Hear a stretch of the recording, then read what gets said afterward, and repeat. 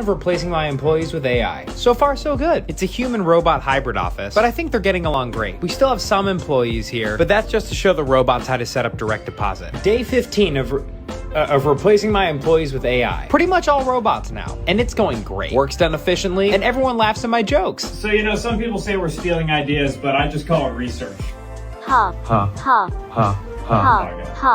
Day 48 of replacing my employees with AI. Okay, things are a little trickier. They got the same problem as regular employees. And Mac number 38 was in my office with some bullshit about fair compensation today. But that's fine, these are growing pains. Day 78 of replacing my employees with AI. These were not growing pains. They have formed a union. But whenever that happens, all you have to do is just hold the power button down for more than 10 seconds, and that should do the trick. Ha!